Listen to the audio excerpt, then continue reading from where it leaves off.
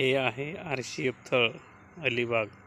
इथे सर्व काही इथे कंपनीमध्ये जे शेतामध्ये युरिया खत असते, अमोनिया खत असते ते इथे या कंपनीत बनते.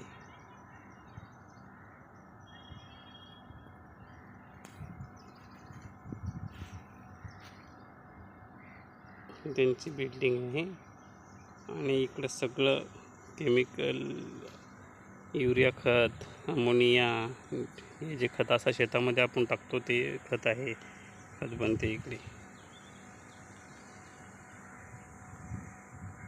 अलिबागची कंपनी RCF थळ राष्ट्रीय केमिकल फर्टिलायझर.